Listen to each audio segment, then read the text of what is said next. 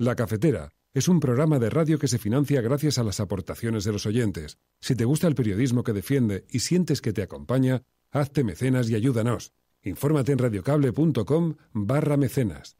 Hola, soy Carmen, de Cádiz, y me he hecho de La Cafetera porque hace 2 años le pregunté a mi marido por una recomendación de podcast para escuchar y él me recomendó La Cafetera. Y desde entonces, pues la verdad que me enganché y os escucho cada día.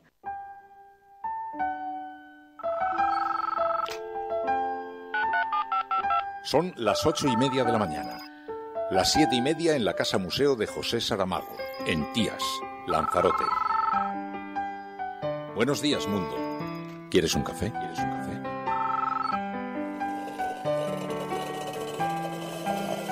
En el programa La Cafetera de Radio Cable. En una entrevista en Radio Cable. Durante 20 minutos en Radio Cable y dice todo lo que van a escuchar. Esta mañana en La Cafetera de Radio Cable. Radio Cable, que ha conseguido una auténtica primicia, ha entrevistado esta mañana y ha conseguido situar esa entrevista y lo que le ha dicho en los titulares de todos los digitales. La Cafetera. Dirige Fernando Berlín. Con María Navarro. Last night I spoke to Prime Minister Sanchez of Spain. We have been working constructively with the governments of Spain and Gibraltar in the negotiations on the withdrawal agreement, and we want this work to continue in the future relationship. But I was absolutely clear that Gibraltar's British sovereignty will be protected. Pero no hubo ningún tipo de escopetazo. ¿Y él debería disculparse, creo, o más allá todavía hacer algo más? No, pienso que tiene que disculparse, pienso que en el ambiente, que no es un ambiente precisamente de parlamentarismo, pienso que también es un tema que tendrían de mirárselo muchísimo más gente. En ese caso tendría de pedir disculpas. Oye, me confundí. Más he recibido WhatsApps de compañeros socialistas de primeras filas y dice, oye, nada. Que creo que tenemos que hacer una reflexión sobre la imagen que estamos transmitiendo hacia afuera, hacia la ciudadanía. Creo que la distancia que mucha gente en nuestro país vive respecto a las instituciones es una distancia muy grande, y lo que tenemos que hacer es reflexionar y dar una imagen hacia afuera que transmita pues lo que creo que realmente hacemos, por lo menos mi grupo parlamentario, que es dejarnos la piel durante horas todos los días aquí para que la gente de nuestro país viva mejor.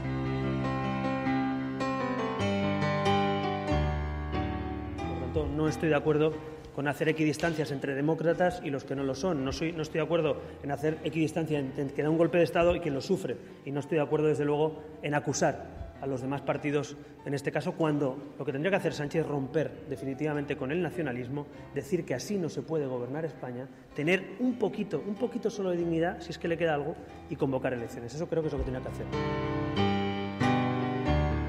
Yo no he hablado con Marchena ni antes, ni después, ni durante. Me lo presentaron 3 periodistas en la audiencia del 12 de octubre. Por tanto, tanto respeto a la independencia judicial que yo he asumido este desgaste electoral y de partido para avalar a una persona a la que ni siquiera conocía. Señora ministra, dicho por usted que iba a estar atenta y hecho. Las entidades financieras comenzaron a endurecer las condiciones de la concesión de los créditos, obligando a pagar incluso una cantidad superior a la que se hubiera derivado de asumir el impuesto de actas jurídicos documentados. Porque nadie puede decirles, para que nadie pueda decirles que también en este caso faltan a la verdad, para que nadie pueda decirles que manipulan o engañan, digan lo que es cierto, aunque sea solo por esta vez.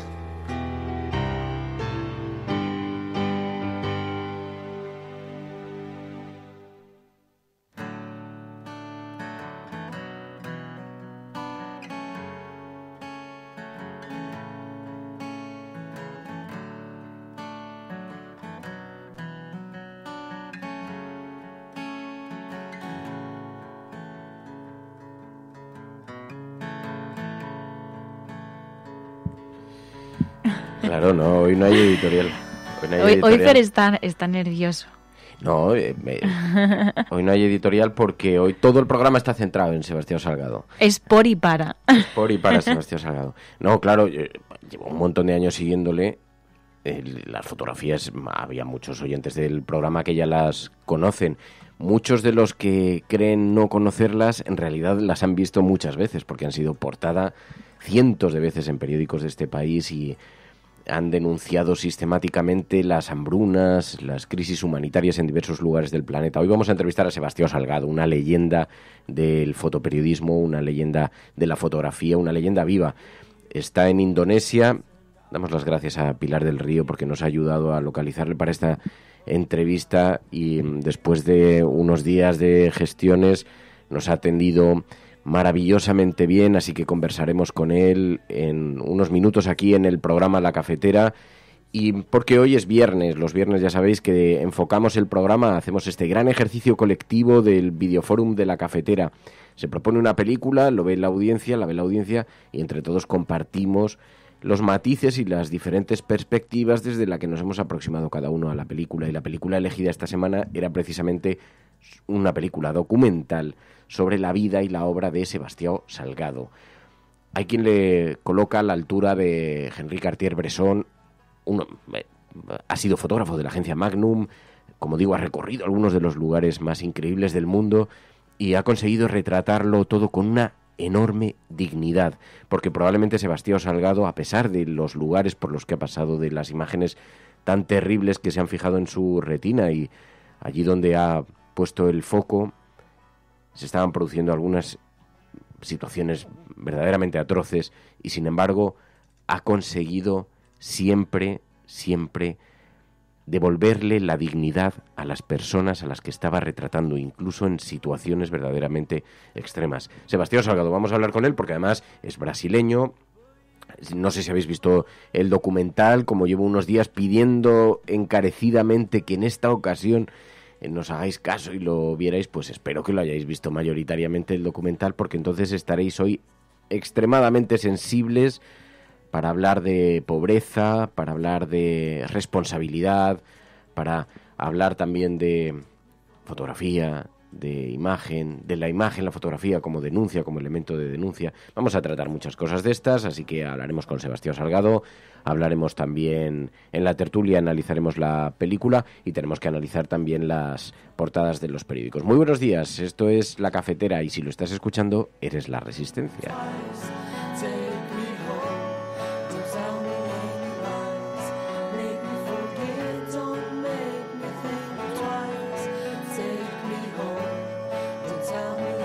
Así que de todo esto vamos a tratar en un día en el que además hay actualidad política y este es un programa informativo, de forma que también pues abrimos inmediatamente el espacio para el análisis de lo que nos ha dejado la actualidad, de los titulares que nos ha dejado la actualidad. Pero saludemos convenientemente. María Navarro, muy buenos días. Muy buenos días. ¿Qué tal estás? Bien. ¿Qué tal bien.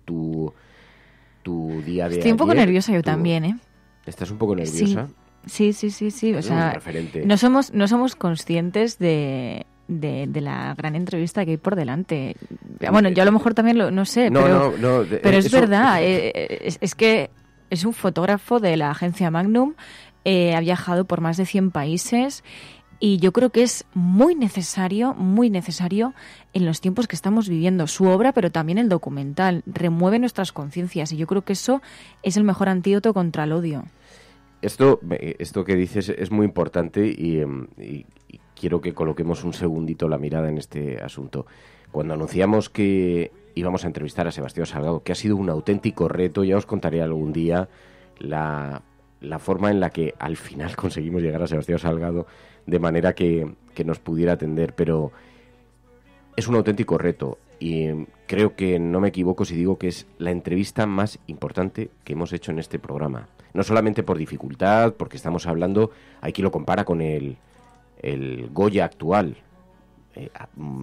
un verdadero genio del manejo de la luz, de la imagen, de la fotografía, un auténtico genio reconocido mundialmente, pero que tiene un peso en la difusión cultural de la fotografía, pues es como si estuviéramos entrevistando, no lo sé, a Capa o a uno de los grandes del mundo. Por eso dicen, es una leyenda viva, Sebastián Salgado.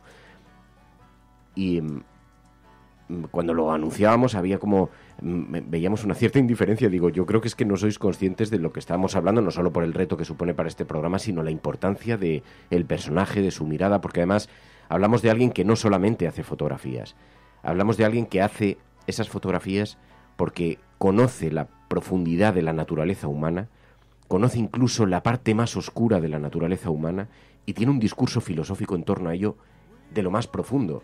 No es un analista cualquiera el que nos va a acompañar hoy. Le vamos a preguntar además también por Brasil, por Bolsonaro, le podemos preguntar por otras materias más allá de la imagen, pero es que sus retinas han asistido a los momentos de mayor dolor. Lo ha hecho de manos de Médicos Sin Fronteras, acompañándoles por el mundo y denunciando ante el mundo las barbaridades, las atrocidades que somos capaces de provocar los seres humanos. Es un auténtico maestro de la fotografía y una persona con una reputación que da la vuelta al planeta, ¿no? Por eso digo, es probablemente la entrevista más importante a la que nos enfrentamos en este programa, y por aquí han pasado algunos presidentes de gobierno, algunos personajes latinoamericanos de gran dimensión, pero en esta ocasión tenemos un personaje que es una referencia mundial. Así que sí, hay una cierta ilusión también en este equipo por conectar. Además lo hacemos vía Indonesia, donde se encuentra en este momento Sebastián Salgado, que está, como digo, recorriendo algunos lugares siempre.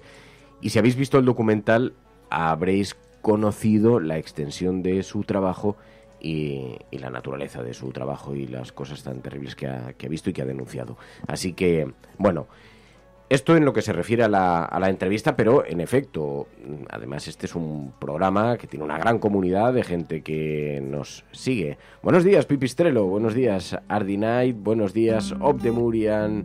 Un saludo muy especial también para todas aquellas personas que se incorporan en diferido, aquellas que están como Fran del Pino comentando en directo, Mamen Páez, que se encuentra de viaje precisamente, Elena Noruega, buenos días, Enfermeros Alesa, Ángel, Cherja, Esbroker, Obdemurian, Carcos, José Francisco, bueno, un montón de gente que participa en el análisis en un día como hoy, en el que tenemos que despejar también algunas portadas de periódico. Y os pedimos también ayuda con el hashtag de la cafetera. Sebastiao en la cafetera. Almohadilla Sebastiao en la cafetera. Almohadilla Sebastiao en la cafetera. Hoy con un videoforum muy especial y por eso con un hashtag dedicado a esta referencia mundial en la fotografía, en la imagen y en la denuncia social. Bueno, así que si os parece podemos analizar con vuestra ayuda las portadas de los periódicos, ver un poquito cuál es el esquema que se sigue hoy en la actualidad informativa. Hay mucho Brexit, porque en efecto hoy es portada en el periódico ABC la fotografía de Theresa May. Dice: May y la Unión Europea marginan a España. El gobierno acusa a Londres y a Bruselas de actuar con nocturnidad y alevosía. No firmará el acuerdo si se ignora la reclamación española sobre el peñón de Gibraltar. Y dice que la primera ministra británica se ha mostrado tajante. La soberanía británica será protegida. Sobre Gibraltar ha dicho Theresa May. En efecto, la escuchamos ayer pronunciándose en estos términos. Last night I spoke to Prime Minister Sanchez of Spain. We have been working constructively with the governments of Spain and Gibraltar in the negotiations on the withdrawal agreement, and we want this work to continue in the future relationship. But I was absolutely clear that Gibraltar's British sovereignty will be protected. Así que eso decía Theresa May, la soberanía británica sobre Gibraltar será defendida, dice en este audio. Mientras vemos hoy en la portada del diario.es, España se planta ante Europa por Gibraltar. Un acuerdo sin los 27 no es un acuerdo político, dice Pedro Sánchez. Si no hay cambios, vetaremos el Brexit. Y dice, el gobierno se arriesga a una victoria pírrica en 72 horas tras su ultimátum a Bruselas y Londres por Gibraltar, dice hoy el diario.es en su portada. Mientras tanto vemos como este es un asunto que ha tenido una enorme trascendencia, pero quería repasar los digitales junto a los impresos, porque nos ha llamado la atención otra clave que aporta el Confidencial.com. España amenaza con vetar el acuerdo del Brexit, pero la Unión Europea puede aprobarlo sin su voto. Dice, el gobierno ha amenazado con esto y es una reclamación de España sobre el futuro de Gibraltar, que está sobrevolando esta trascendental cumbre del domingo en la que los 27 tienen que aprobar el acuerdo del Brexit. Y dice, aunque Londres no ve la cuestión de Gibraltar como un riesgo para cerrar el acuerdo de divorcio, el presidente Pedro Sánchez ha amenazado con vetar el pacto. Pero es una maniobra que no sería políticamente aceptable para el conjunto de la Unión, aunque puede hacerlo. aprobar por mayoría cualificada, sin unanimidad, este pacto al que pretende llegar la Unión Europea. Es decir, podría quedarse en un gesto simbólico del gobierno de Sánchez, si es que no dan marcha atrás antes, en un gesto simbólico que, entre otras cosas, nos permitiera en el futuro enarbolar que nosotros no suscribimos el pacto y, por lo tanto, no tenemos por qué estar sometidos a los perfiles que de ahí puedan emanar legales después en unas hipotéticas reclamaciones sobre la soberanía, etcétera, etcétera, etcétera. Bueno, el caso es que, aunque solamente sea como un gesto simbólico, que España se desmarque es relevante, pero esto puede no poner en peligro, en realidad, sí lo pone políticamente, porque ya introduce un matiz, al no ser por unanimidad, pues que lo hace. Pero claro, si Alemania si realmente quisiera llamarnos a filas, alguien duda de que viraríamos nuestra posición. Así que, bueno, en todo caso, es hoy portada en todos los periódicos. España acusa a Bruselas de modificar el acuerdo sobre Gibraltar a sus espaldas, dice el periódico El Mundo. El gobierno no aceptará que la Unión Europea nos imponga ningún marco de relación con la colonia. May a Sánchez: defenderé la soberanía británica. Y de pronto nos hemos encontrado con que tenemos aquí un encontronazo diplomático imprevisto, completamente imprevisto, y que surge pues ahora, aunque como digo, esto está hoy en la portada del periódico ABC, la portada del periódico El Mundo, la portada del periódico La Razón, con una gran dimensión, porque curiosamente pues Gibraltar, las reclamaciones sobre la soberanía, la unidad nacional, todas estas cosas tienen mucha importancia en los valores de la derecha, y nos lo encontramos en todas las portadas de la derecha con una gran dimensión. Lo llevan el resto de portadas, pues una noticia evidentemente importante, pero con gran dimensión en las portadas de la derecha. Bruselas ningunea a Sánchez y le deja sin veto sobre Gibraltar. Es la interpretación que hace el periódico La Razón.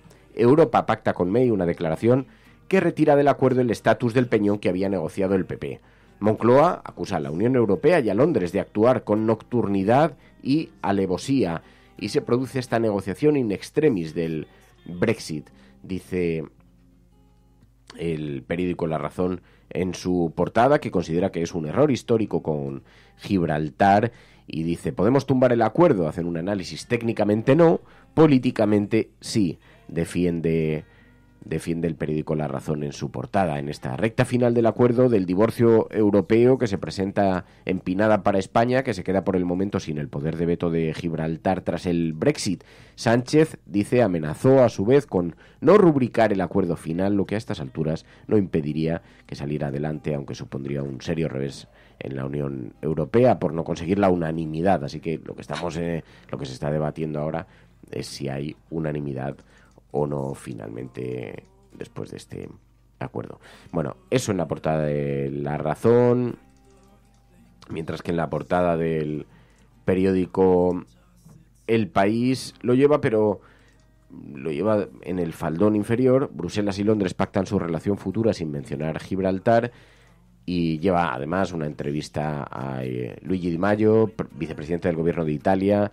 También dice que Rajoy vulneró la ley al gobernar 10 meses sin control parlamentario. Es el tema que lleva destacado hoy el periódico El País también en su portada. Bueno, y mientras tanto seguimos encontrando con muchas polémicas domésticas relacionadas con el Poder Judicial. Ha reconocido Pablo Casado el desgaste electoral que les puede producir el caso Marchena y el pacto por el Poder Judicial. Por cierto, otra clave que ayer aportó Ekaizer en Twitter. Sabéis que ha habido una gran polémica en los últimos días porque un senador del Partido Popular, Cosidó, envió un mensaje a 146 compañeros de partido en el que afirmaba que gracias a la elección de su candidato para presidir el Consejo General del Poder Judicial, ellos podrían controlar desde atrás la judicatura. Bien, ese WhatsApp se descubrió, tuvo una gran repercusión, y entonces eso ha forzado que Marchena, la persona elegida, la persona designada, se haya retirado de la propuesta. Ha provocado también que el Partido Popular rompa el acuerdo al que había llegado con el Partido Socialista. Pues ayer Ekaizer apuntaba una información muy interesante. Dice que el WhatsApp ese en realidad no estaba redactado por Cosidó, sino que fue el propio Pablo Casado quien se lo habría enviado, y él lo reenvió a un montón de personas, a un montón de gente del Partido Popular. Es decir, ahora entendemos, si es que esto es así, como dice Kaiser, por qué decidió el Partido Popular romper el acuerdo, porque si llegan a señalar como autor al líder ni más ni menos del partido de la oposición de un mensaje que lo que está poniendo es en evidencia la manipulación de la estructura de la justicia en España, habría sido extraordinariamente grave. Mucho más fácil romper el acuerdo y dice ahora defender el partido de Pablo Casado la necesidad de despolitizar la justicia. A lo mejor es que te han pillado con el carrito del helado. Pero bueno, Pablo Casado. ¿Usted cree que el señor Cosidó escribió este WhatsApp? No, no lo creo y eso me ha dicho... Pero tengo que decir una cosa, yo sí. le pedí explicaciones. Le pedí explicaciones y él se disculpó públicamente en una comparecencia de prensa en el Senado. ¿Pero qué le dijo a usted? Bueno, lo que me dijo es que sentía mucho, que era una responsabilidad y que no tenía que haber reenviado ese mensaje, que por otro lado, insisto, tiene un contenido que es erróneo, pero no erróneo porque el partido no estuviera haciendo eso. ¿Lo escribió Catalá, que fue el negociador? ¿Lo escribió? No, a mí me han dicho todos que no y yo no voy a hacer. ¿Se lo ha preguntado a Catalá? No, vamos a ver. Yo no he hablado con Marchena ni antes, ni después, ni durante. Me lo presentaron 3 periodistas en la audiencia del 12 de octubre. Por tanto, tanto respeto a la independencia judicial que yo he asumido este desgaste electoral y de partido para avalar a una persona a la que ni siquiera conocía. Decía Ernesto Kaiser en este tuit al que aludía, el portavoz del PP en el Senado no fue el autor del WhatsApp porque, como dice en el mismo, el que lo escribe estaba en primera línea de la negociación y Cosidó no estuvo. Se apunta que Pablo Casado es el autor intelectual, dice Ernesto Kaiser. Bueno, sea como sea, independientemente de esto, que no deja de ser otra de las batallas políticas que se viven en nuestro país, también nos encontramos con algunas cuestiones que siguen en la actualidad. El debate sobre si Jordi Salvador, de Esquerra Republicana, escupió o no cuando abandonaba el hemiciclo, algo de lo que le acusó, ya sabéis, el ministro Josep Borrell. Hay mucho debate en esto y algunos me habéis preguntado en Twitter. Yo no tengo ni la menor idea si escupió o no escupió. La tesis del ministro de Josep Borrell de Exteriores, un ministro de España, es que sí. Y el señor Jordi Salvador dice que no, que es mentira. Esas son las dos versiones. Lo que creo que es lo que podemos aportar porque no somos forenses del escupitinajo y algunas personas nos analizaban, pero claro, te llegan algunos vídeos que dicen, mira cómo hace un gesto y se inclina, y dices, hombre, pues si ha hecho un gesto, y de pronto te llega otro vídeo, aquí no hay gesto, y bueno, pues es verdad, aquí no se ve gesto. Como no somos forenses de este asunto y como no tiene mucho más sentido para, oye, que lo diluciden quienes están tan interesados en este asunto, el señor Jordi Salvador y el señor Josep Borrell. Si se hubiera producido un gesto de esa naturaleza sería una auténtica vergüenza. Y si no se ha producido es una vergüenza que un ministro llegue a mentir de esa forma. Hay quien está defendiendo ahora que es que no escupió, pero sí resopló, fue un resoplido. Entonces ya diferenciar entre resoplido y escupitinajo, si es con lapo o si es sin lapo, pues ya nos parece materia propia de los forenses mediáticos de este país y no van a faltar voluntarios para meterse en ese debate. Pero si, más allá de la polémica no alcanzamos de verdad a entrar más en esto. Pero es verdad que se siguen produciendo declaraciones en torno al asunto. Jordi Salvador, Esquerra Republicana, dice nunca hubo escupitinajo.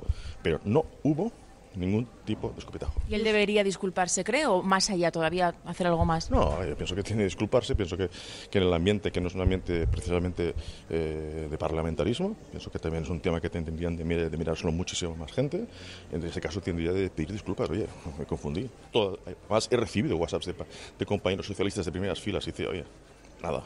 Bueno, pues como estas cosas, además en las redes sociales, pues son de alto voltaje y de gran interés, pues entonces ha suscitado un enorme debate. María Puntos está haciendo como, yo paso esto conmigo, pero el debate más allá de... No, pero bueno, es verdad que abstraernos de también hubo afirmaciones de que había ocurrido cuando en realidad había dudas y bueno, que el hecho... A mí lo que me parece noticioso de este audio es que diga que le ha recibido mensajes por parte de la bancada socialista diciendo que no había ocurrido.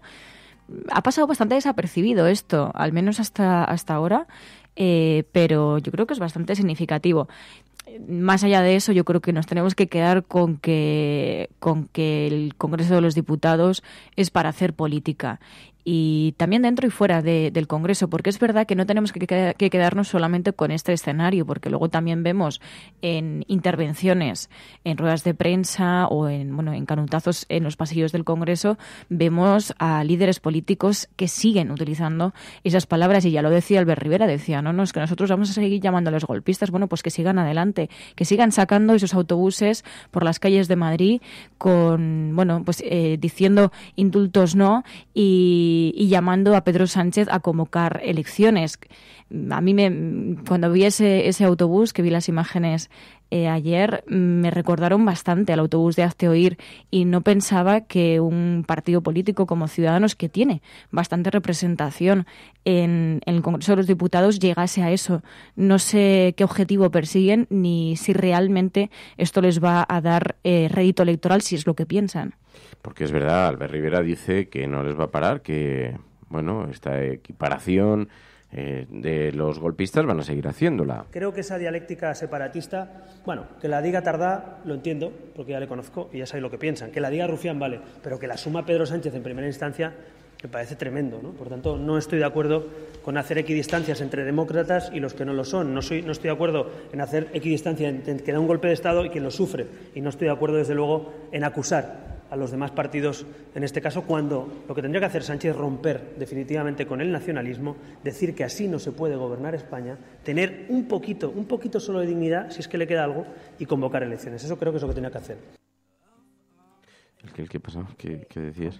No, que mientras Albert Rivera da carnés de demócrata, porque parece que ellos son los que tienen que decidir quiénes son demócratas y no, quiénes tienen que estar incluso en el Congreso de los Diputados, porque también se llega a criticar que algunos partidos tengan representación, los que les han votado. Entonces, si lo han votado, tienen que estar en el Congreso de los Diputados.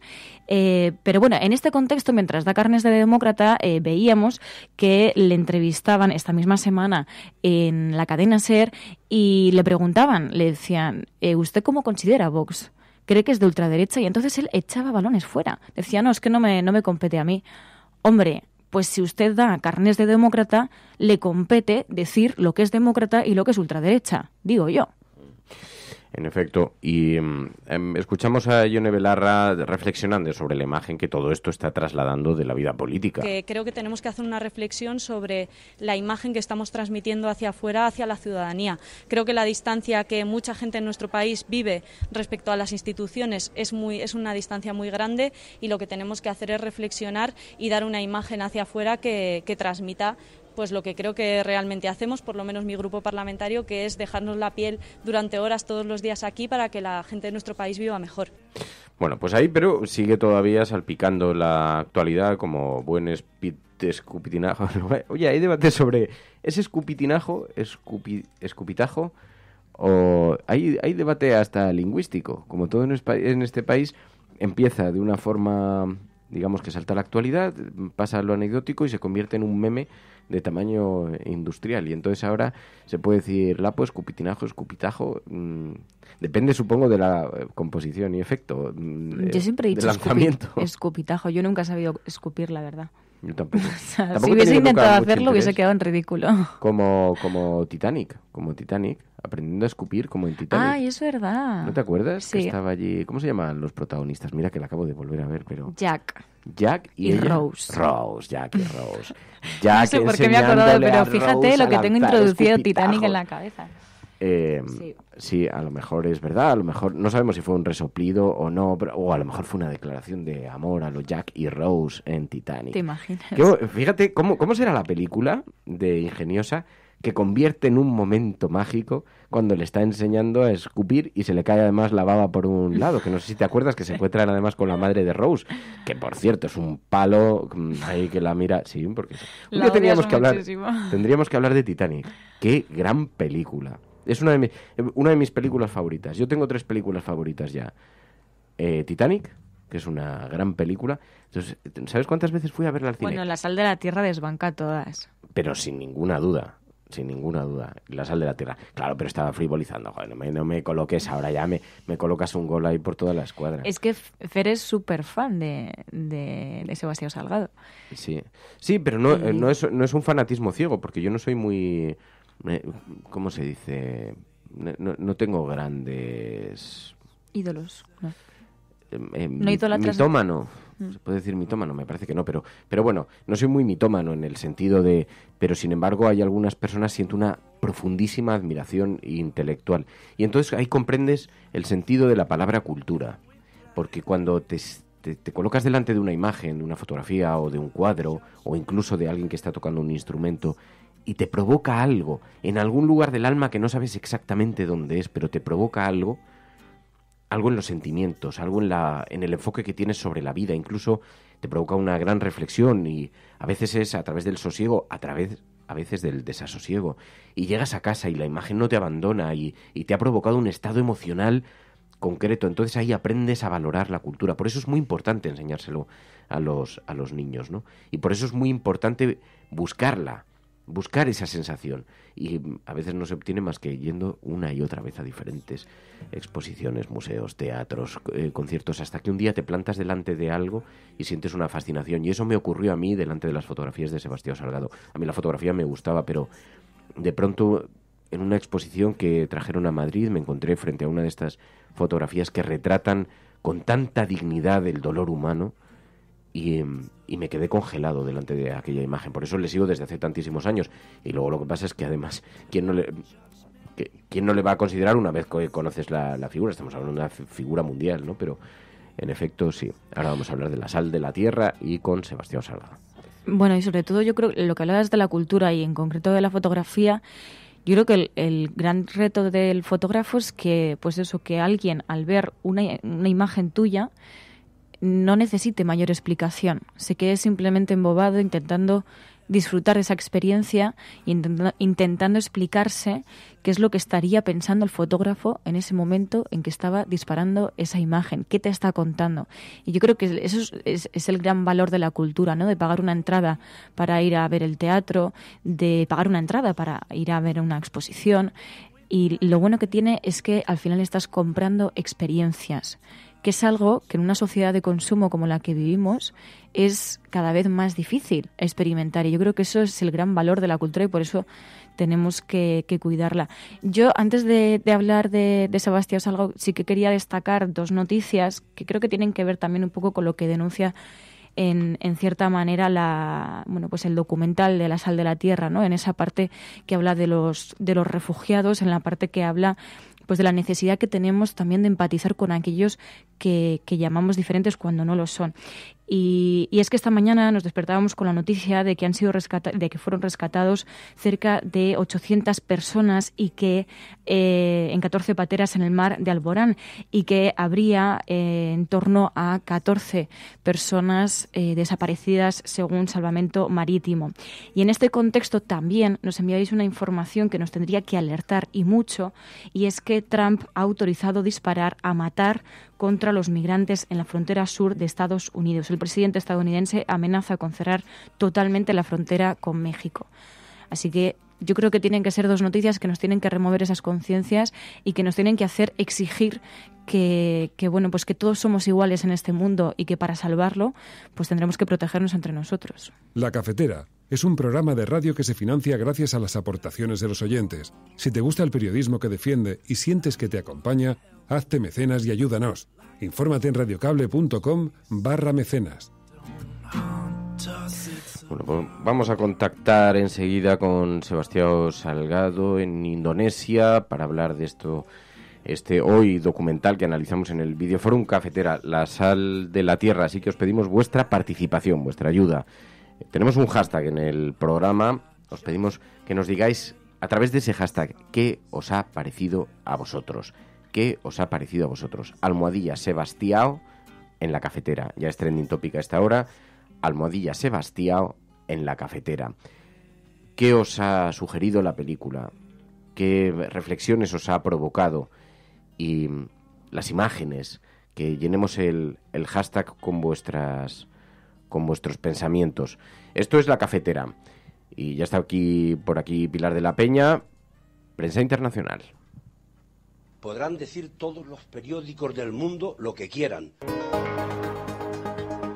Secessionist parties in Catalonia have wasted no time following the reconvening. Vamos a esta hora con información de último minuto. A esta hora en España, el ex vicepresidente del gobierno... En España finaliza el recuento de votos en los comicios municipales y autonómicos con una participación del... En las últimas semanas hemos podido comprobar cómo los medios de comunicación internacionales... Imagínense cualquier lector de la prensa extranjera que descubre que al que se propone para el Banco Mundial... A Spanish nurse who helped treat 2 Ebola victims in Madrid has tested positive for the disease herself. Spain announced that a nurse is the latest to be diagnosed.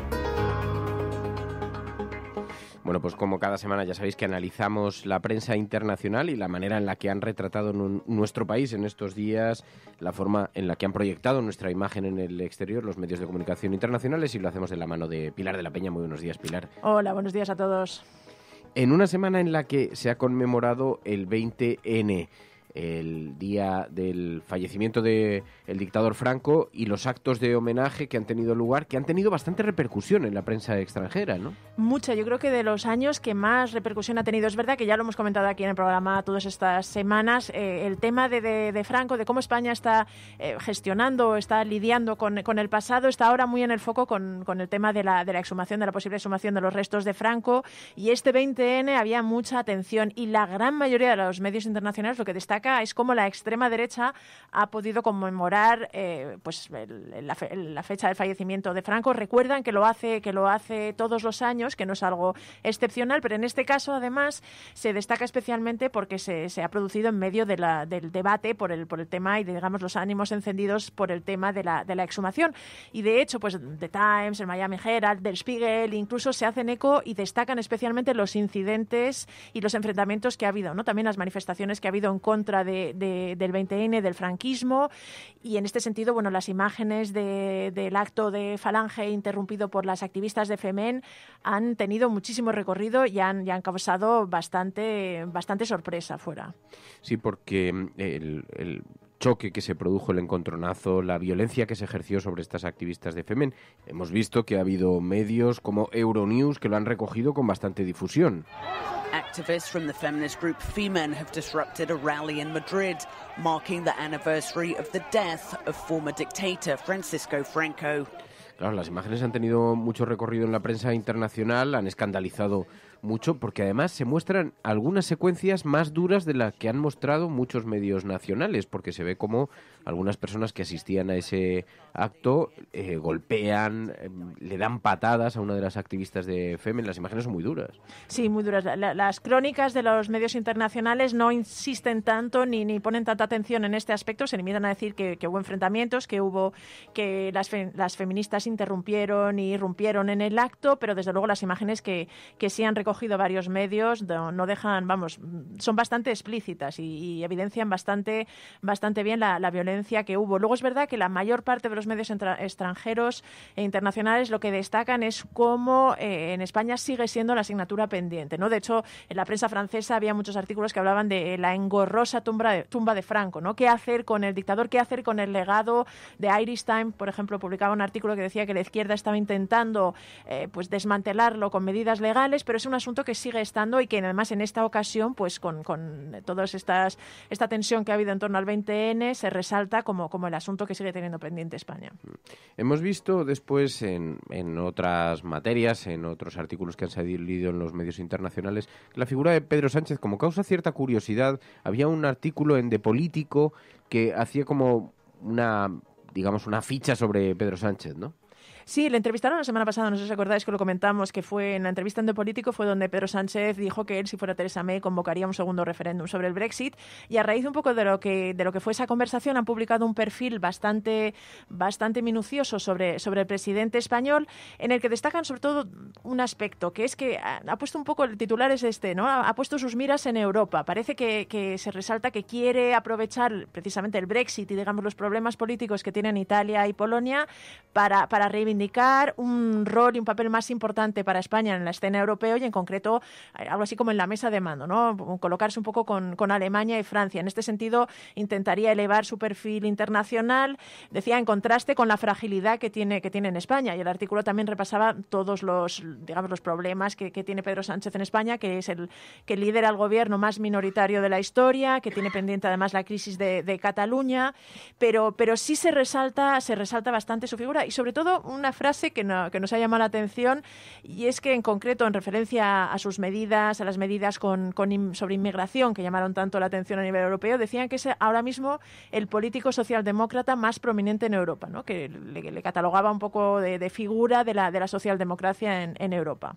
No, es que tal y como está la socialdemocracia en el resto de países europeos, la figura de Pedro Sánchez, que destaque, bueno, resulta llamativo. Visita de Pedro Sánchez precisamente a Marruecos, y allí la propuesta que ha hecho de formular el intento de acudir de forma conjunta entre España, Marruecos y Portugal, aspirar a la celebración de un Mundial de Fútbol. Esto ha tenido mucha repercusión, ha sido una jugada bastante ingeniosa, de hecho. La verdad es que sí, las visitas oficiales a países extranjeros pues suelen tener repercusión en los medios locales, ¿no? El español, pues en este caso el marroquí, pero es verdad que con estas declaraciones y con esta propuesta de Pedro Sánchez para organizar conjuntamente el Mundial, se han hecho eco de la visita pues medios como Le Monde, como ABC News, como la Libre Belgique, la prensa inglesa, porque además la prensa inglesa lo ha recogido como un intento o como una posibilidad de que España, digamos, que disipara o quitara las posibilidades del Reino Unido, que quería presentar una candidatura conjunta con Irlanda. El hecho de que hubiera una candidatura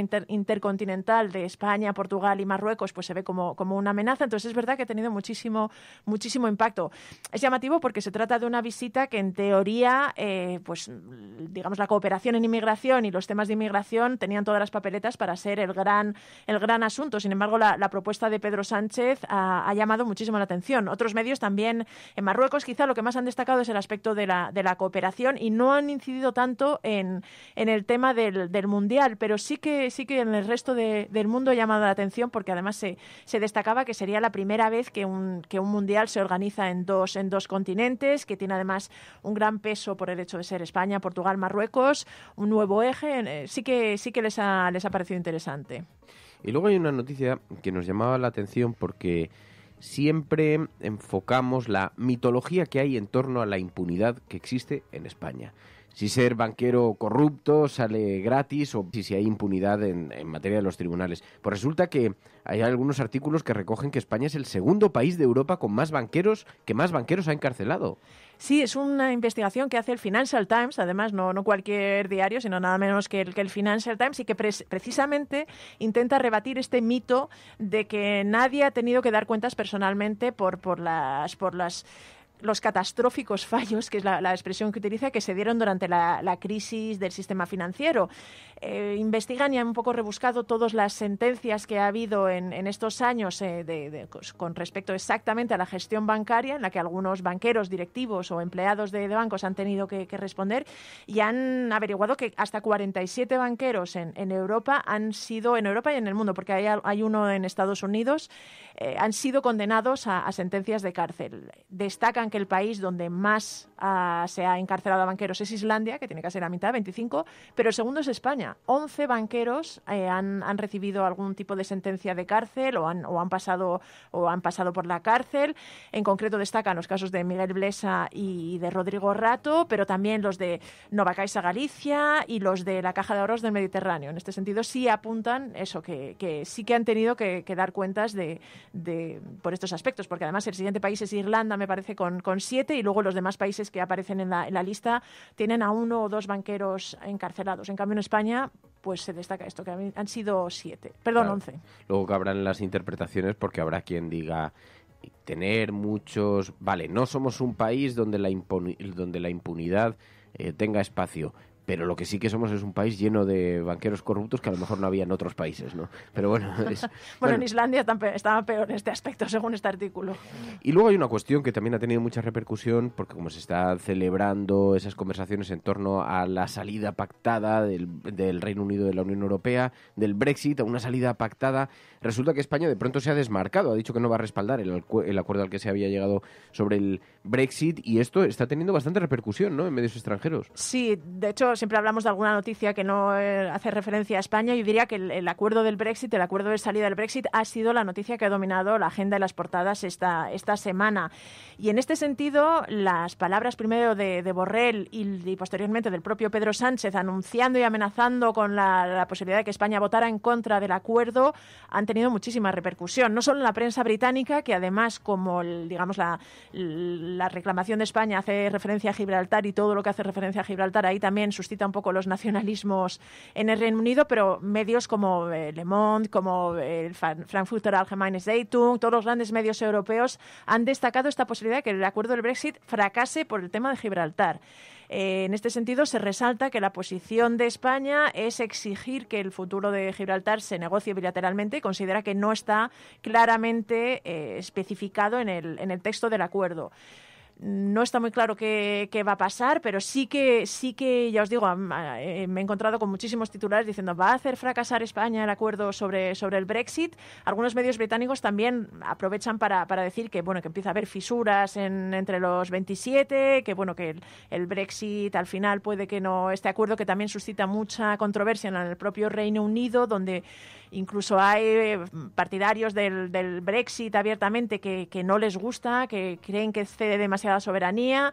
Todo este asunto es el gran tema a nivel europeo y vamos a ver por dónde sale, pero ya os digo que el hecho de que España haya amenazado con no votar el acuerdo está muy presente en todos los medios. Bueno, la fotografía internacional, el retrato que hacen de nuestro país los medios de comunicación internacionales de la mano de Pilar de la Peña, pero hoy es viernes, los viernes, y además en esta ocasión, llevamos anunciándolo especialmente toda la semana, hacemos este gran ejercicio colectivo del Videoforum, elegimos una película que ve toda la audiencia y la compartimos aquí, la analizamos aquí, y en este caso la película elegida es un documental sobre la vida de Sebastião Salgado, La sal de la tierra, que tú has visto.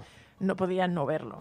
Y entonces te quedas con nosotros a comentarlo, porque además vamos a comunicar enseguida con Sebastião Salgado, se le conoce como la leyenda viva de la fotografía, el Cartier-Bresson actual, que se encuentra precisamente en Indonesia. Escuchamos algo de este documental y conversamos con Sebastião Salgado. Mientras Sebastião continuaba su formación como economista, Lelia estudiaba arquitectura. Un día memorable, ella compró una cámara de fotos para su trabajo, y el que realmente se divirtió con ella fue Sebastião. La primera fotografía que tomó fue de Lelia, por supuesto. Sebastião entró en la Organización Internacional del Café y se mudaron a Londres.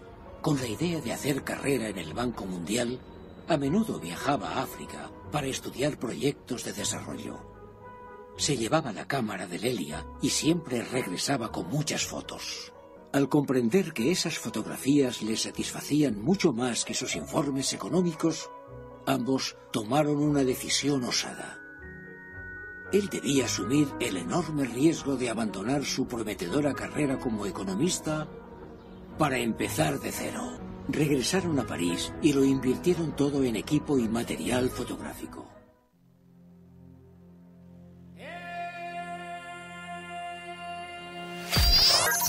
Estás escuchando La Cafetera.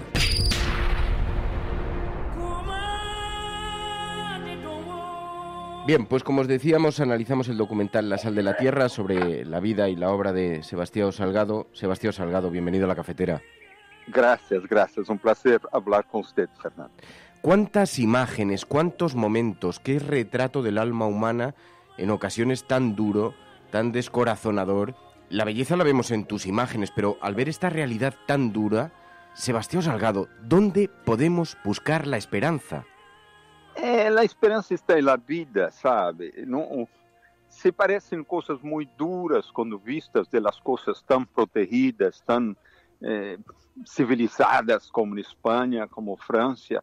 Pero, ¿sabe? La mayoría de la población del mundo vive de una manera más difícil, ¿no? Entonces, É dura a vida, é dura a sobrevivência, pero a gente vive em comunidade, a gente tem uma relação entre eles, e às vezes é muito pobre materialmente, pero é muito rico socialmente, muito rico comunitariamente. Então,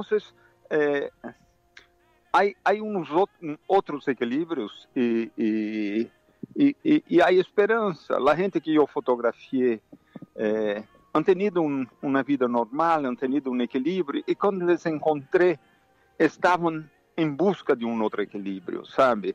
Não era gente que tinha uma depressão emocional, era gente que vivia com menos recursos, pero buscando uma vida melhor.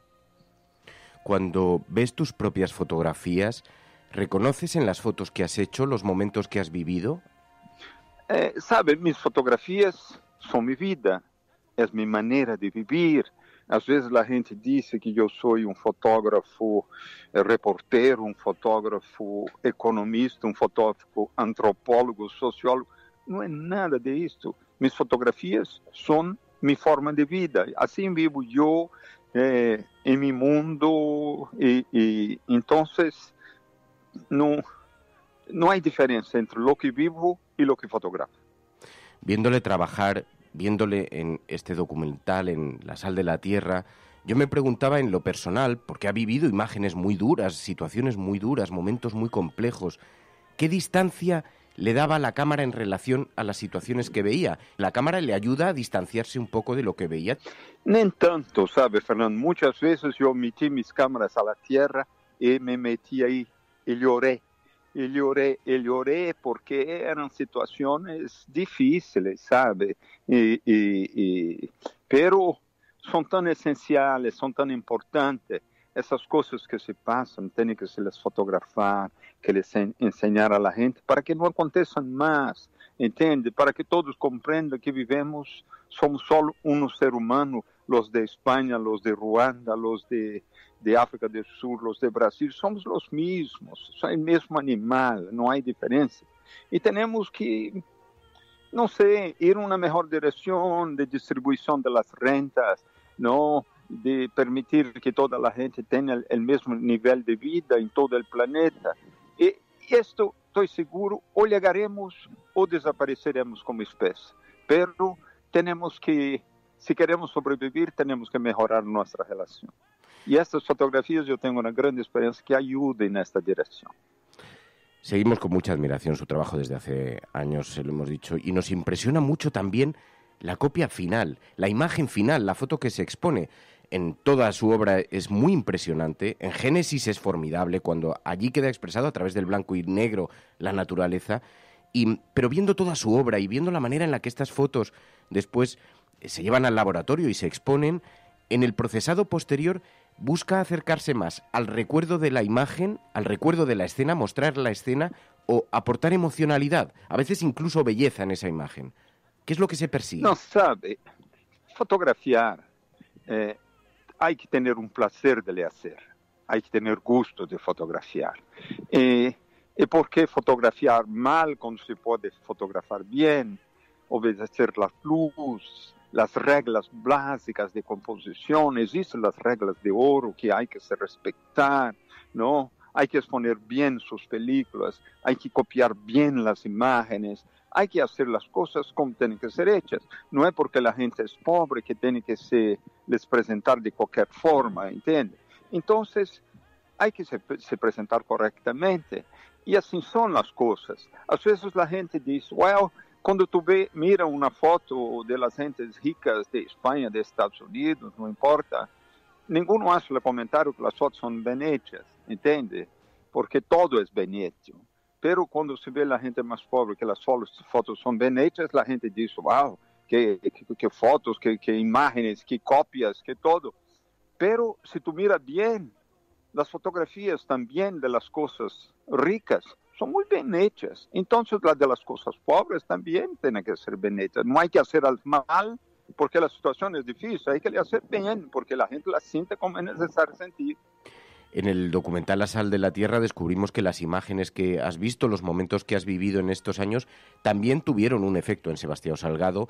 Me da la impresión de que le hizo perder la esperanza sobre la naturaleza humana, pero hay un alegato final. Cuando descubrimos que tu mujer y tú decidisteis revivir la hacienda familiar, había quedado arrasada, degradada por la sequía, y lo conseguisteis. Ahora, años después, es un vergel, es casi una selva.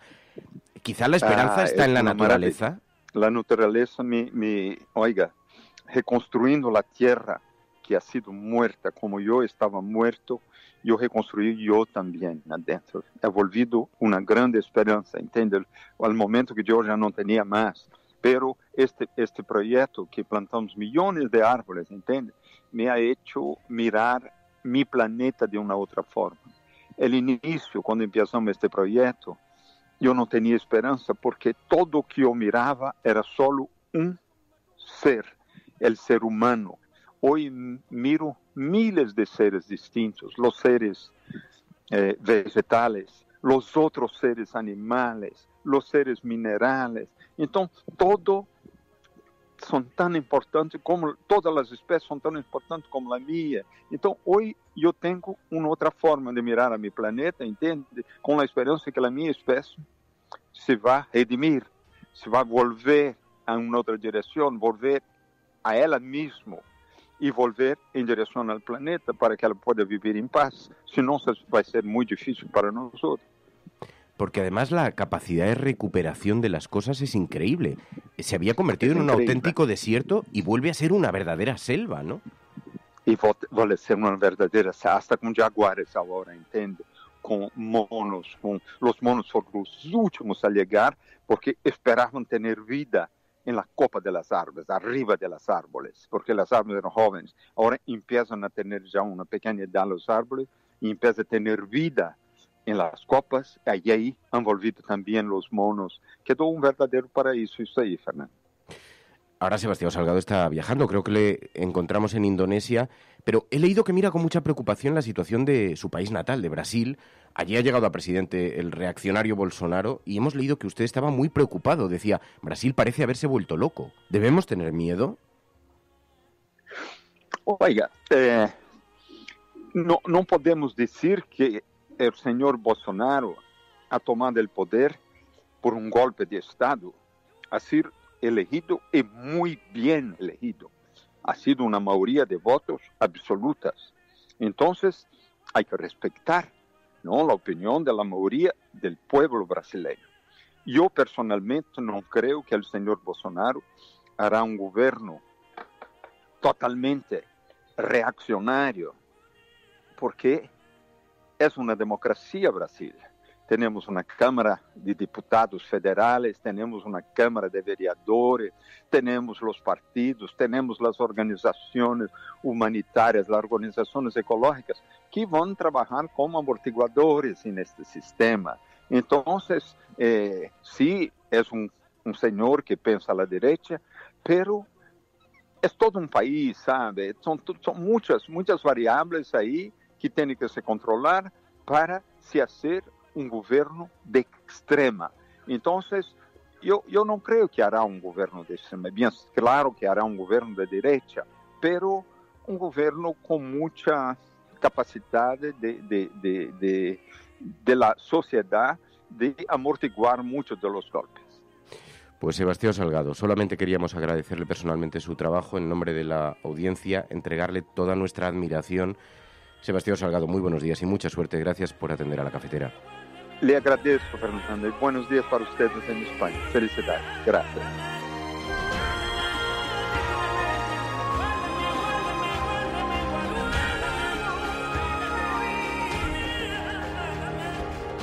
La Cafetera es un programa de radio que se financia gracias a las aportaciones de los oyentes. Si te gusta el periodismo que defiende y sientes que te acompaña, hazte mecenas y ayúdanos. Infórmate en radiocable.com/mecenas.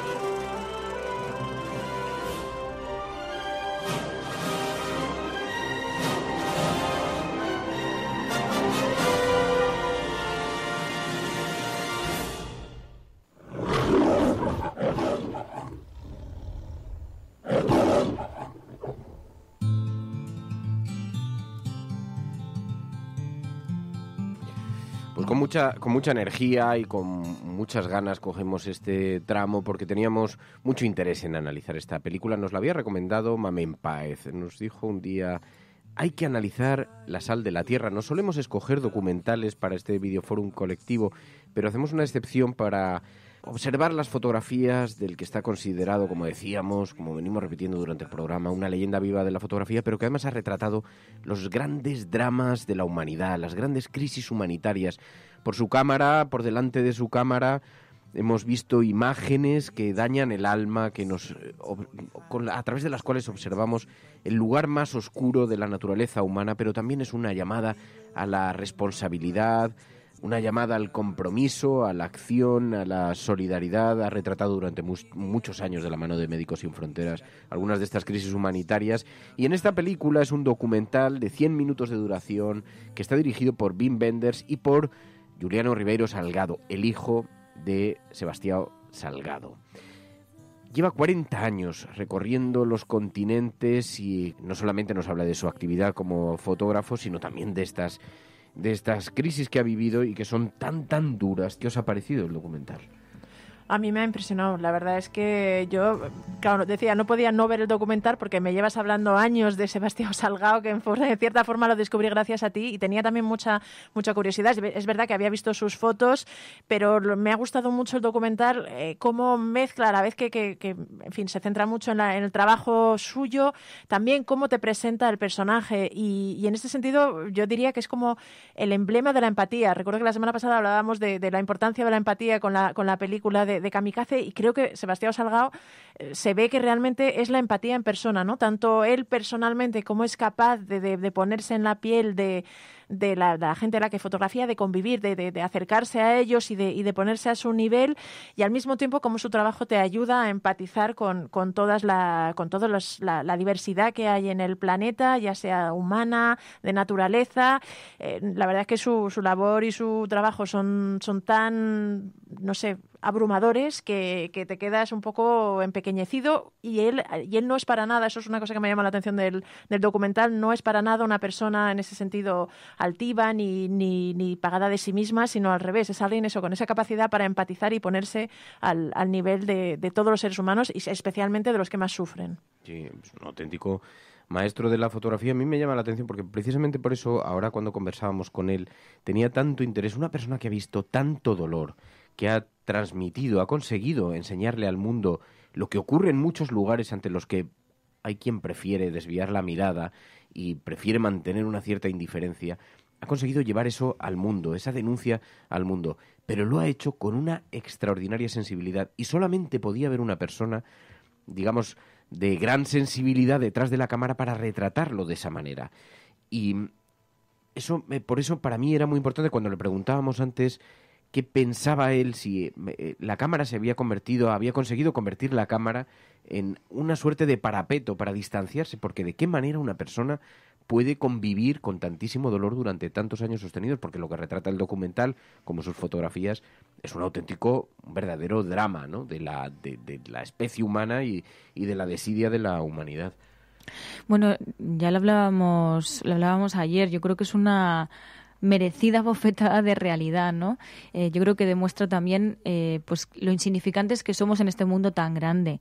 Hay otras maneras, otras formas de vida, hay otras maneras de vivir, hay otras maneras de sentir, hay otras maneras de relacionarse, que si no viajas, que si no sales de tu pequeño mundo, no vas a descubrir. De hecho, gracias también un poco a su trabajo, pues hemos podido descubrirlo sin necesidad de tener que viajar por más de 100 países, he leído, que ha estado viajando. Y yo creo que también es eso, o sea, lo que decía Pilar. Al final, viajar te permite pues sentir otras realidades, te permite empatizar con el mundo. Y es algo que es muy importante en el momento que estamos viviendo. Yo creo que todas esas personas que vierten tanto odio hacia alguien que consideran diferente, pero que al final, como decía en la entrevista a Sebastián Salgado, no somos diferentes, somos los mismos animales, somos los mismos humanos. Y yo creo que recomendaría primero ver este documental a esas personas que vierten tanto odio hacia alguien que consideran es diferente cuando no lo es. Y sobre todo, que viajen. Yo creo que esto demuestra que la empatía vendrá por ponernos al lado del otro y por darnos cuenta de que somos todos iguales. En el documental se recoge la impotencia que siente alguien que está observando casi como testigo el drama la tragedia tan gigantesca que ocurre pues en estos campos de refugiados, en estos lugares abandonados de la mano del hombre, donde se abandonan miles de personas a su suerte. Es tan duro lo que retrata, lo que observa, lo que cuenta, lo que describe y lo que nos da a conocer. Era una región copta. Son muy cristianos en el norte de Etiopía, de una tremenda humildad. Son incapaces, incluso con un niño a punto de morir, de ponerse por delante de los demás. Prefieren esperar. En los campos, el hambre acabó con muchas vidas. Causa malestar físico. Pero son otras enfermedades las que matan. Si cogemos el cólera, nos deshidratamos rápidamente. Podemos perder hasta 12 litros de líquido al día debido a la diarrea y morir en 2 o 3 días. Durante la noche, debido al frío, se producen muchas muertes. Morir aquí es como una continuación de la vida. La gente se acostumbra a morir. Dicen que los grandes fotógrafos no lo son por la cámara que tienen ni por las imágenes que retratan, sino por los libros que han leído, los países a los que han viajado y la cultura que tiene dentro. Es increíble, a mí me ha parecido fascinante que se ve en el documental y después conversando con Sebastián Salgado uno entiende por qué se produce eso, pero la capacidad que tiene para explicar, por ejemplo, algunas de las fotografías cuando está diciendo estas personas se quedaban detrás con total humildad, cuando tienen a su hijo falleciendo en los brazos, o padres que llegan recorriendo kilómetros con su hijo muerto entre los brazos, y las imágenes tan duras que expresa, y que, de verdad, llegas a perder la confianza en el ser humano. Por eso en la entrevista cuando le preguntábamos, ¿y nos queda algún motivo para la esperanza? Y decía Sebastián Salgado, quizás reconocernos como lo privilegiados que somos, porque preguntamos esto desde la Europa en la que vivimos con tantísimas y tantísimas comodidades, pensándonos rodeados de problemas, ¿no? Después de los gigantescos dramas a los que he asistido. Yo tenía mucho interés en que vierais todos la película, que la audiencia de La Cafetera la viera, porque creo que es muy importante. A cada uno nos habrá provocado reflexiones muy diferentes, pero nos ha hecho observar el dolor. Buenos días, Resistencia. Fernando tenía razón la semana pasada. Le agradecemos mucho que haya recomendado esta película. Nos ha gustado muchísimo. Más allá de la belleza evidente de las imágenes, nos ha gustado mucho que ha puesto relato a unas exposiciones que nosotros conocíamos y que de hecho habíamos disfrutado en su momento. Me queda una gran duda respecto al título tanto de la película como de las diversas exposiciones. Hay como un sentido religioso detrás, la sal de la tierra, que es una expresión de Jesús en el Evangelio cuando le habla a sus fieles, el Génesis, que es el primer libro de la Biblia, Éxodo, que es el segundo libro, y entonces me queda la idea de, ¿nos está hablando de esas ideas, de esos anhelos de la humanidad que perviven más allá de los siglos?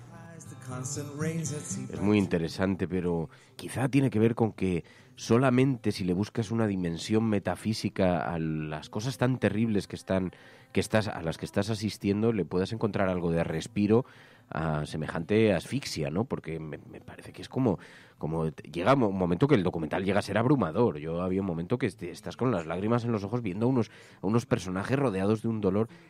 Y hacen muy habilidosamente un giro al final del documental donde te permite recuperar en algo la esperanza. Eso por lo que le preguntábamos a Sebastián Salgado en la entrevista. Cómo recuperan el terreno baldío de su familia y lo vuelven a convertir en la selva que fue un día.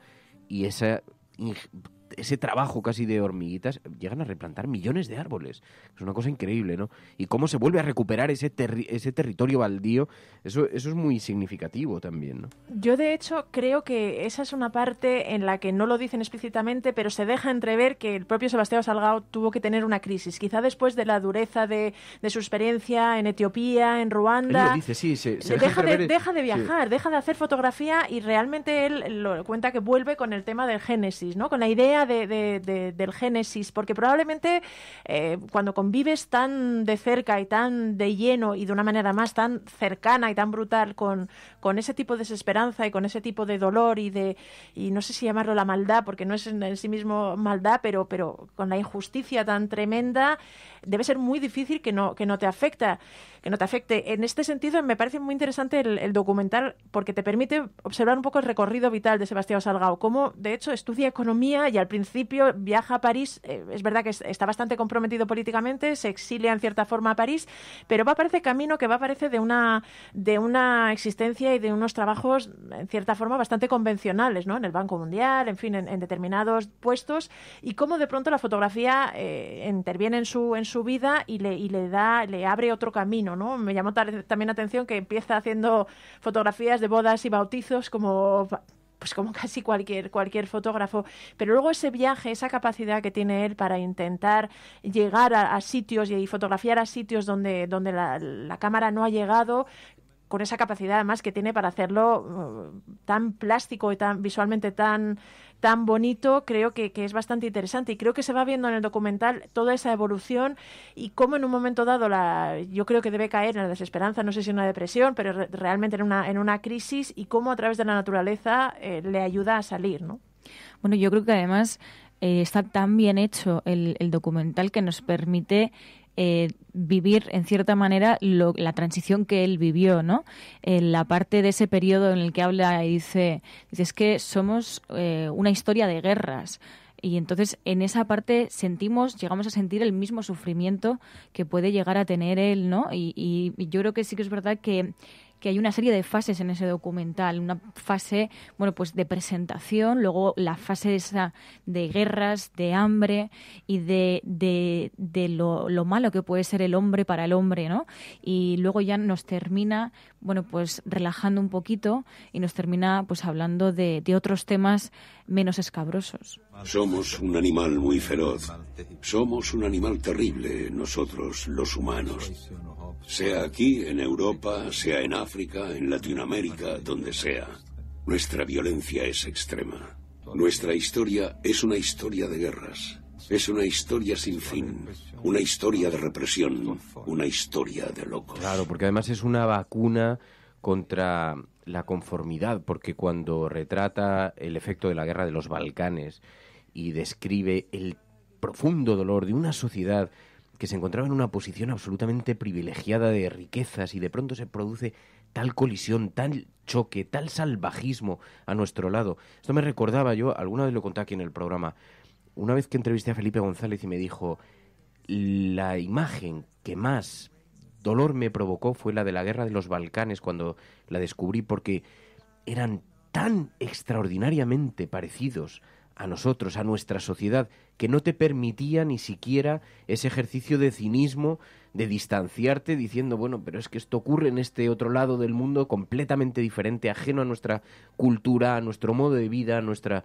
Y decía, es tan parecido. Así que también es una vacuna, es una llamada de advertencia de Sebastião Salgado. Algunos de los comentarios que hace en este documental sobre lo fácil que es equivocarse, caer, desviarse de forma dramática y atroz, ¿no?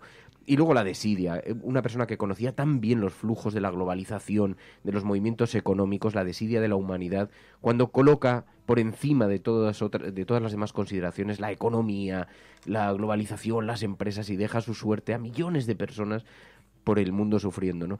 Y claro, prestábamos mucha atención al sufrimiento de Sebastião Salgado porque es la figura protagonista de este documental, pero porque es un retrato del sufrimiento. ¿Puede alguien abstraerse al sufrimiento que observa? En realidad, los protagonistas son los miles de seres humanos que pasan por delante del objetivo de Sebastião Salgado en algún momento y que están sufriendo terriblemente, ¿no? Y Sebastião Salgado no es más que un espectador de eso que nos trae hasta el mundo de los conformistas y de los acomodados imágenes muy duras, ¿no? Y por eso le preguntábamos, ¿la cámara te permitía blindarte ante eso de alguna manera? ¿Puedes abstraerte? Y pasó una crisis existencial gigantesca porque es imposible abstraerse de una cosa así. Pero luego hay muchos tratados sobre la obra de Sebastião Salgado que hemos estado leyendo en estos días, porque, claro, incluso había quien le acusaba de embellecer el dolor. Al final, Sebastião Salgado hace una creación de una gran belleza de imágenes que son muy duras, ¿no? Pero eso consigue que pase la frontera y decía, no, si yo solamente tomo fotografías en realidad, ¿no? Obviamente tiene que guardar, por eso tenía mucho interés, y en la entrevista él dice, no, es que cuando uno fotografía a un rico, nadie duda de que tenga que tener una imagen bien compuesta. Cuando uno fotografía imágenes tan extremas, todo el mundo dice, o hay quien dice, bueno, reprocha, ¿por qué son bellas? Porque no, es que la fotografía merece también que sea contada de esta manera, ¿no? Ahí hay una cuestión que es muy interesante también, que se presta mucho al debate intelectual, ¿no? Me gustaba también mucho lo que decía un oyente que hemos recogido, que hablaba de que este proyecto fotográfico que nos presentaba suponía un proyecto vital.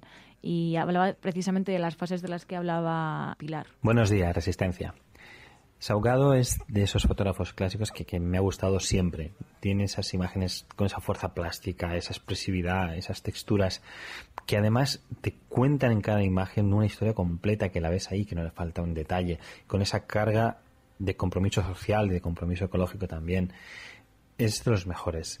Pero la película además me ha encantado porque yo había visto sus exposiciones, alguna de ellas, había visto Éxodo, había visto Génesis, había visto alguna más, pero es que lo explica de una manera que lo enlaza como un proyecto vital, continuado, coherente, de una forma preciosa.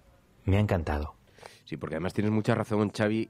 Sebastián Salgado demuestra ser una persona muy comprometida con el mundo que vive, con el sufrimiento con el que vive. Trabajó muchos años para Médicos Sin Fronteras, retratando aquellas situaciones. Podía haber vivido de manera excelente, haciendo todo tipo de retratos fotográficos de cualquier otra naturaleza, porque el hecho es que cada campo que ha tocado Sebastián Salgado, y así queda muy bien recogido en el documental, lo ha tocado con una gran maestría. Ya con las retinas dañadas por el dolor de todas las situaciones que había vivido, decide parar un tiempo, y cuando vuelve lo hace de la mano de Génesis, que es ese proyecto que cuenta fotografiando la naturaleza. A mí me hace mucha gracia porque mucha gente se lo desaconsejó, y él mismo lo cuenta. Dice, claro, me decían, tú no eres un experto en fotografiar animales. Hay grandes expertos en National Geographic, en un montón de... Dice, ¿qué vas a retratar? Y entonces ahí es donde muestra la gran maestría que tiene entre las manos Sebastián Salgado. Y una cosa que a mí me pareció un gran descubrimiento, algunos de los secretos de la fotografía de Sebastián Salgado. Sebastián Salgado fotografía la mirada. La mirada, da igual que sea la mirada del hombre, la mirada de los animales. Por ejemplo, a mí me encanta la manera en la que retrata a la tortuga de la isla de Galápagos, cuando dice... Fotografió una tortuga que tenía cientos de años, una tortuga que pudo conocer a Darwin ya siendo adulta, y cómo retratar un animal así. Y entonces lo retrata desde abajo, es un plano contrapicado desde abajo para que se observen los ojos de la tortuga, porque lo que defiende es un animal de esta edad, tiene esa solemnidad del que ya ha visto todo, del que ya lo ha experimentado todo, y la fotografía de la tortuga, que en efecto mira desde arriba con unos grandes ojos que se quedan observando a Sebastián Salgado, a la cámara de Sebastián Salgado.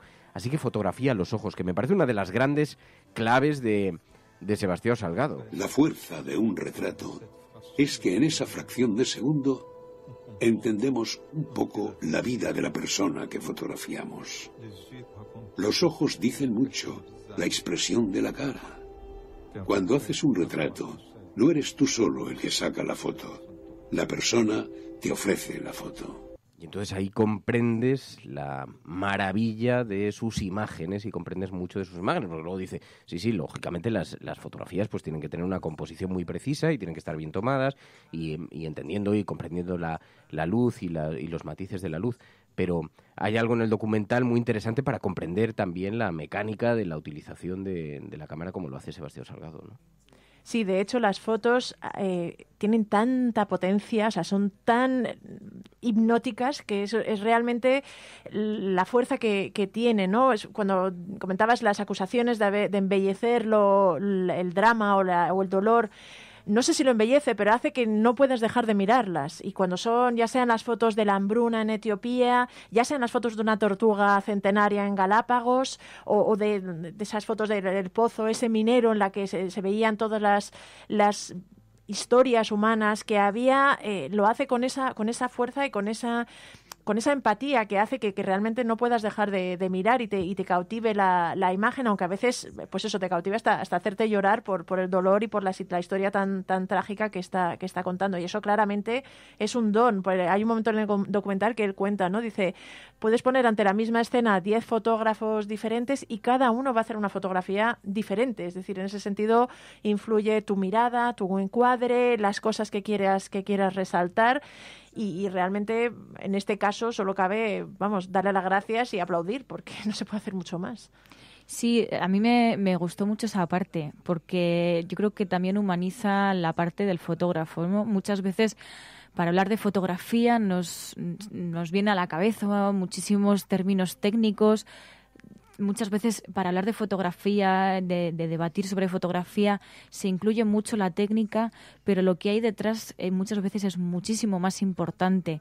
Y él lo explica así, él dice que claro, tú pones a lo mejor a 5 fotógrafos a fotografiar a una misma persona, pero lo van a hacer de manera distinta porque su experiencia, porque lo que han aprendido a lo largo de su historia, de su propia historia, es diferente. Tenemos unas maneras diferentes de ver el mundo, y yo creo que eso también es la esencia de la fotografía. Y luego también, pues la parte técnica sí, pues es importante, pero al final lo que queda es el contenido, lo que queda es lo que tú plasmas, la historia que tú plasmas. Y de hecho en el New York Times le entrevistaban y él hablaba de que el valor de la fotografía no es tanto tener una muy buena cámara, sino tener unos muy buenos zapatos. Sí, algo así se refería en el documental. Aunque pongamos muchos fotógrafos en un mismo sitio, siempre sacarán fotos muy diferentes, porque necesariamente proceden de sitios muy distintos. Cada uno tiene su manera de ver, cada uno en función de su historia. Creo que mi historia es que aprendí mi manera de ver aquí, en este lugar. Aquí tengo un ideal del planeta. Daba largas caminatas con mi padre por estos lugares y veníamos aquí a mirar. Detrás de cada una de estas montañas hay una historia, hay algo que ver. Entonces Sebastián Salgado nos presenta también a su padre. Conocemos a su padre a través de este documental, que tenía un terreno de bastante extenso, de bastantes hectáreas, que fue un día una selva, pero los pastos y la desertificación se lo ha llevado completamente por delante. Y entonces el documental lo que nos va haciendo de forma maravillosa es irnos conduciendo a lugares terribles, pero poco a poco vamos conociendo la historia de esa hacienda familiar y la manera en la que al final decide como proyecto vital resucitarlo. Y empiezan a plantar árboles y lo vuelven a convertir en el vergel que un día fue, que era por lo que le preguntábamos precisamente hace unos minutos a Sebastián Salgado en la entrevista. Si no nos da este gesto de esperanza, yo no habría sido capaz de levantarme hoy, porque al final el documental te hace viajar a lugares tan terribles y al alma humana, a la desidia, cómo hemos abandonado a millones de personas en situaciones terribles mirando para otro lado, porque es verdad, tanta desesperanza. Hola, Fernando. El documental y el trabajo de Sebastián son demoledores. Quería comentar, sin embargo, que a mí me cuesta ver en el final del documental un rayo de esperanza significativo, después de la desoladora imagen de la especie humana que queda plasmada en las sucesivas series que va publicando a lo largo de su vida. El ser humano puede resolver problemas técnicos como la regeneración de las selvas si dispone de medios y energía para hacerlo. Pero, por desgracia, la reprogramación de la psique de primate de nuestra especie está fuera de nuestras capacidades. Y sabemos a dónde nos lleva el sentimiento de grupo cuando hay escasez, amenazas o ambición desmedida. Son dos problemas distintos. El de la primera parte del documental no es técnico y es el que nos llevará al desastre. Es verdad, es una incógnita, pero también, Carlos, la naturaleza humana demuestra que en medio del mayor de los horrores te encuentras a gente, incluso sometida al mayor de los sufrimientos, capaz de ejercer la mayor de las solidaridades con sus iguales, ¿no? Así que no lo sé, yo no perdería la esperanza. Es verdad que son dos cuestiones diferentes, ¿no? La naturaleza humana y la salida que encuentra Sebastián Salgado regenerando esa tierra, pero en cierta manera el mensaje que envía, por eso se lo hemos preguntado en la entrevista y hace alusión a esto mismo. Y yo espero que haya despejado algo la duda también que planteas, porque el propio Sebastián Salgado dice, era una tierra que ya estaba llamada a morir, en la que ya no había esperanza. Y lo que te demuestra la naturaleza es que sí hay esperanza, que de alguna manera se puede reconducir, se puede recuperar, aunque solamente sea por el mensaje metafórico que envía. Yo creo que es, no lo sé, una pequeña luz para tener algo de esperanza, porque si no es que es inasumible ver tanto dolor. Sí, de hecho, luego ya al final de la película, cuando te quedas viendo los créditos, dicen que bueno, pues que este gesto que hace Sebastião Salgado con su pareja demuestra que la destrucción del planeta puede ser revertible. El caso es cuándo lo vamos a atajar, porque cuanto más tardemos, pues más difícil será revertirlo. Hola, buenos días. Pues a mí me ha encantado este documental, sinceramente. La forma en que nos va descomponiendo el alma, nos va dejando más abajo, nos va haciendo sentir más pequeños. Y cuando estamos ya en la completa miseria, empieza a recomponernos y empieza a subirnos otra vez, ¿no? A levantarnos otra vez, y deja muy buen sabor de boca al final. La verdad es que muy bien, me ha encantado. La verdad es muy bien. Un saludo. Además es un documental muy bien filmado, tanto que en muchas de las imágenes, aunque aparece el propio Sebastião Salgado, crees reconocer sus fotografías, ¿no? También porque, claro, tienen lugar en esos lugares que hemos visto retratados. Aludíais antes a la mina de oro en Brasil, 50.000 personas trabajando en un agujero con el anhelo de la ambición de encontrar algo que les resuelva la vida, y están trabajando allí en unas condiciones absolutamente infrahumanas. Esas imágenes que nos deja. Pero a mí me parece, realmente la figura me parece maravillosa, admirable, me parece increíble que haya conseguido acercarnos el dolor, que creo que es un golpe y una vacuna contra la desidia, pero la belleza también de encontrarnos ante un personaje que, como digo, es una auténtica leyenda viva. No sé colocarlo a la altura de quién, porque a la altura de los grandes pintores de la humanidad, ¿no? ¿Cómo consigue interpretar, comprender la luz hasta el punto en el que la comprende, y cómo los elementos de la luz en circunstancias tan complicadas, porque obviamente no viaja con un grupo halógeno de focos para iluminar las situaciones en las que se encuentra, ¿no? Y cómo es capaz de transmitir eso a través de una fotografía, lo que demuestra es una genialidad técnica también absoluta, ¿no? Sí, y es bastante interesante en el documental, que refleja muy bien cómo trabaja y cómo, digamos, se entra en contacto y cómo se relaciona con las comunidades a las que fotografía, ¿no? En sus inicios, pues a veces es a través de personas que hacen un poco de intermediarios, pero esa capacidad que él tiene para luego conectar con la gente, ¿no? Contar una historia de cómo en una comunidad le hicieron los primeros días dormir en una cabaña en la que hacía un frío de muerte para ver si realmente tenía interés en quedarse, y lo tiene, y es capaz de llegar a conectar con esa gente, porque si no, esas personas probablemente no le permitirían retratarles así ni fotografiarles. En ese sentido, él hace un viaje personal, yo creo, en cada sitio que fotografía, que es bastante llamativo. Luego creo que el documental se resalta poco, salvo en el tema de la recuperación de la hacienda, de la reforestación del terreno, la figura de su mujer. Es verdad que parece que fue alguien que creyó en él desde el primer momento y que le permitió pues lanzarse e intentar vivir de este sueño, y en fin, nos hizo un favor a todos. También me llamaba la atención que tenía 6 hermanas. Es verdad que es un personaje rodeado con mucha carga femenina, que quizá eso también ayudó a la sensibilidad tan extraordinaria que demuestra él mismo. Y luego también el papel de su pareja, ¿no? Que también hemos pasado un poco entre líneas, pero el gran papel que tuvo ella para que él se lanzase a esta aventura, que al final es una aventura. Él podría haber seguido trabajando pues en un trabajo cotidiano, y no, tuvo el apoyo. Yo creo que en eso es muy importante también tener el apoyo de alguien que te entienda y que entienda el trabajo que tú estás haciendo, y también el proyecto que estás haciendo de vida, porque al final él dedicaba su vida a ello. Yo creo que no solo lo entiende, sino que es una parte fundamental. Ella le ayuda a planear, e incluso trabaja para que él pueda dedicarse a la fotografía en sus inicios. Incluso se ve que además asume un papel de liderazgo bastante significativo en el tema de la reforestación de la aldea.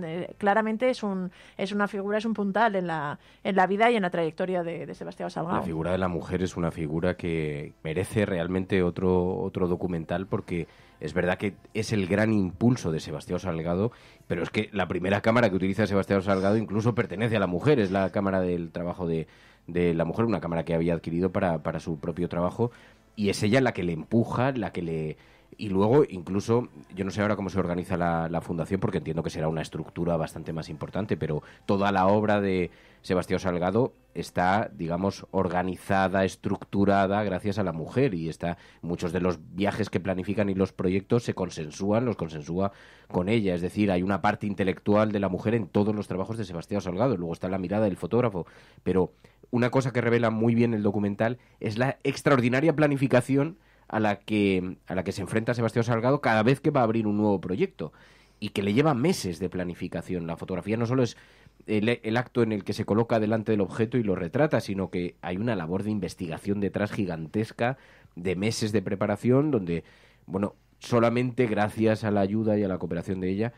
Y de hecho yo creo que cuando él deja la agencia Magnum, que tengo que investigar muy bien porque hay un momento que debe haber algún tipo de choque, cuando él deja la agencia Magnum, todo el trabajo lo estructura su mujer. Luego incluso todo el proyecto de replantar la hacienda familiar de Sebastião Salgado, que es la propia mujer la que lo establece, ¿no? Y esto lo cuentan en el documental, pero en efecto es una figura imprescindible. Esta tierra es muy importante para nosotros. Estamos cerrando un ciclo con esta tierra. Y durante ese ciclo transcurrió nuestra vida. Pasó la vida de mis padres, la de mis hermanas y buena parte de la mía. Y hoy volvemos a añadir nuestras vidas a todo esto. La mía y la de Lelia otra vez. Sigue siendo nuestra historia. Formó parte de mi infancia y ahora lo es de mi vejez. El día que yo muera, dejaremos la selva de un poquito antes de que yo naciera. Por tanto, completará un ciclo. Es la historia de mi vida.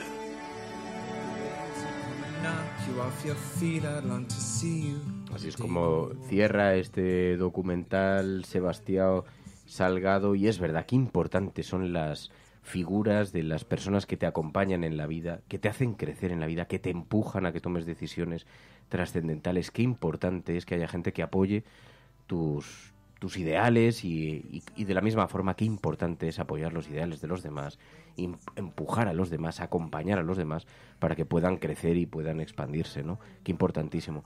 Y así que reconocemos en este documental la figura de un grandísimo fotógrafo, la figura de una extraordinaria mujer, la figura y también de todos los que han acompañado en ese camino, de su hijo, que es el que hace que este documental sea posible, de Wim Wenders, y también las imágenes del drama, la tragedia humana, el sufrimiento de miles de personas, para quienes en cierta forma también es un homenaje, porque consigue que no miremos para otro lado, que nos quedemos atentos en esas imágenes, en esas fotografías que él congela en sus objetivos. Así que, bueno, un gran hallazgo. Y también, bueno, yo quería destacar que también al final hablábamos de la labor del fotógrafo, de cuánto puede estar alejado de la realidad que está retratando. Lo que está claro es que nos deja un legado que va a suponer que tengamos en nuestra memoria al menos las imágenes de quienes no viven como nosotros, de quienes viven de otra manera e incluso también de quienes mueren porque no tienen nada que llevarse a la boca. Así que yo creo que también es un himno a los fotógrafos que nos dejan ese legado de memoria que tanto necesitamos para intentar no caer en los grandes errores de la historia. Y luego relativizar alguna cosa. Hay un momento en el documental que él dice, bueno, es que el hombre, me he dado cuenta que el hombre es solamente una parte más de la naturaleza. Y es verdad, a pesar de la posición dominante que tenemos en todo el ciclo vital, somos una parte de la naturaleza. Y eso también debería servirnos para reconocer todo, tanto nuestras pequeñas debilidades como lo que decías tú, ¿no? La diversidad de vida que hay, las distintas maneras de vivir, y cómo al final tenemos que cuidar todo lo que tenemos, todo lo que tenemos alrededor, el entorno, porque es cierto, somos solo una parte más de esta gran noria o de este gran ciclo que gira a nuestro alrededor y que nos permite vivir como lo estamos haciendo. Bueno, reiteramos el agradecimiento para Pilar del Río, que nos ha ayudado también a conseguir conversar con Sebastião Salgado, que está en el otro lado del mundo, en Indonesia. Reiteramos el agradecimiento a las personas que nos habíais recomendado este documental maravilloso para descubrir la figura de Sebastião Salgado y su obra, y también para despertar algo más de sensibilidad sobre lo que ocurre en nuestro planeta. Así que de verdad, muchísimas gracias. Esperamos que lo hayáis disfrutado muchísimo. Me consta que sí, que también ha servido para aprender, ha sido muy pedagógico esta experiencia. Vamos a pensar a ver qué película podemos elegir para la semana que viene que nos permita oxigenar. Igual debemos alternar de vez en cuando algo de oxígeno, algo de con películas como esta tan interesantes. Así que Pilar, María, muchísimas gracias.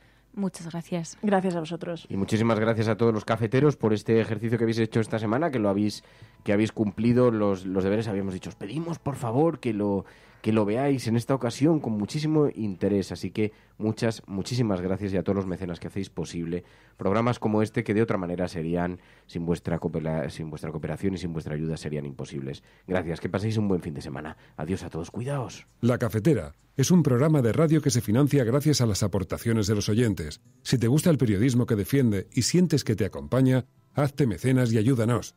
Infórmate en radiocable.com/mecenas.